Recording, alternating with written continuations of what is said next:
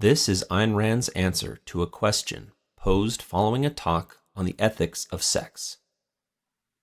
Is it ever moral to take an innocent life to save one's own? This is what I call lifeboat questions, by which I mean ethical question based on some formulations such as what should a man do if he and another man are in a lifeboat which can hold only one. That's the same principle. So therefore, first as a principle, I will answer.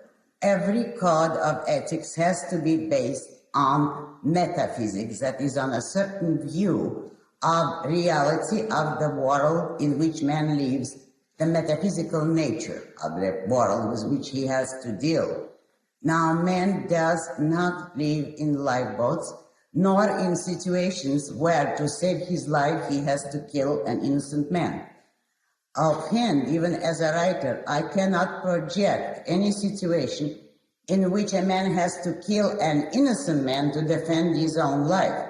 I can understand him killing a man who is threatening him, who is initiating force. Those situations do exist and can be imagined. But you would have to first project, even theoretically, in what way would an innocent man get into the first man's way, or in the worst, become a threat to him. Now I can tell you one, and let's see if this is what you had in mind. It would only be possible under some kind of totalitarian dictatorship. Supposing your first man is escaping and he needs a disguise. If he doesn't get it, the Gestapo or the GPU will arrest him the next moment. So he has to kill an innocent bystander in order to get his coat as a disguise. Is that the kind of situation you mean? If it is, I would say that nobody can answer your question, because when a man are under a totalitarian dictatorship that is under force, there is no such thing as morality. Morality ends where a gun begins. I would have to say, in such a case, I personally would say your man is still immoral if he takes an innocent life. But speaking formally as a moral philosopher, I would say in emergency situations of that kind, in which incidentally the main protagonist is not the cause of the emergency situation. If he's a murderer escaping for the police, then he caused his own predicament. But only in emergency situations such as dictatorships or gang war, in which a bystander gets caught, nobody can prescribe what is appropriate for a man to do if his own life is at stake. And that will be also my answer to the question of the two men in a boat that can carry only one.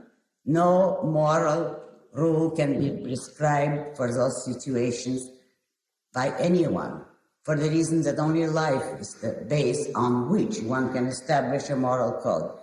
When a man is under threat of destruction, through no fault of his own, morality does not pertain to those situations, and whichever he chooses to do is in effect right. It can only be subjectively right.